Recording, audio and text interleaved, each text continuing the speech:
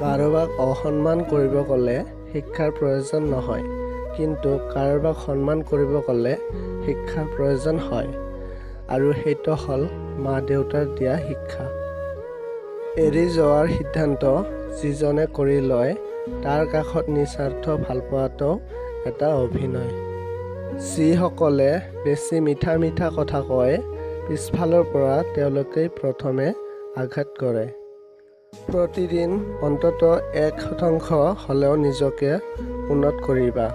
বছৰৰ শেষত দেখিবা মুঠ 365% হৈছে। যিকোনো সম্পৰ্কৰ পাছপৰ্ট হৈছে বিশ্বাস। মানুহৰ জীয়াই থকাটো অস্বাভাৱিক, মৃত হোৱাটো স্বাভাৱিক। আজি হ'ব পাৰে সময়টো বেয়া, কিন্তু গোটেই জীৱন নাথাকিব। কিন্তু আজি যিসকলক চিনি লৈছ, তেওঁলোক গোটেই জীৱন মনত থাকিব। অতিৰিক্ত আপোন হ'ব যাবা, দুখ অবিহনে একো নাপাবা।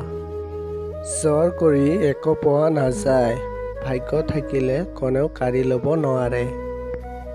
দেখিবলৈ ধুনীয়া বহুত পোৱা যায়, কিন্তু যিসকলৰ মনটো ধুনীয়া তেওঁলোকক কেৱল ভাগ্য কৰিহে পোৱা যায়।